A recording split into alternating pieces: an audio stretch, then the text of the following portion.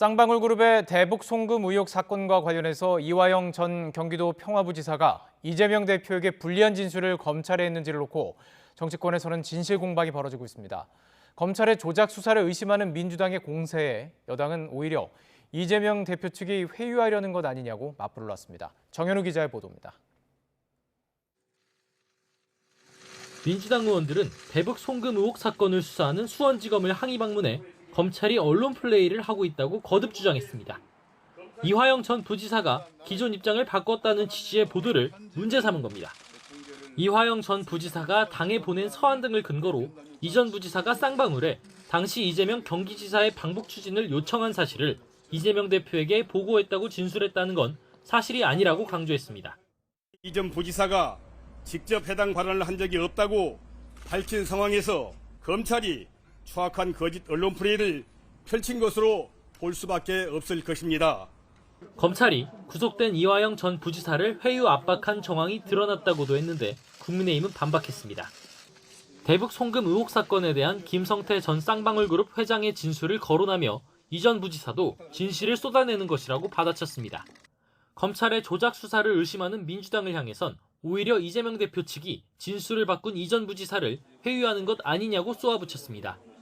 여기에 대해서 당이 적극적으로 나서서 이화영 부지사를 회유하려고 했던 것은 아닌가에 대한 의혹이 굉장히 점점 더 커질 수밖에 없다, 이런 말씀을 드립니다. 특히 민주당이 대북 송금 의혹 사건에 발끈하는 데는 정치적 의도가 있다고 보고 있습니다. 이재명 대표에 대한 검찰의 구속영장 청구 가능성이 거론되는 상황에서 이른바 방탄국회의 명분을 쌓고 있다는 겁니다. 압박쇼를 한 이유는 자명합니다. 점차 조여오는 검찰의 수사망에 어떻게든 정당하지 않다는 명분을 만들어야 하기 때문입니다. 민주당이 최근 의원총회에서 정당한 영장에 대해서만 불체포 특권을 포기하겠다고 결의한 걸 겨냥한 겁니다.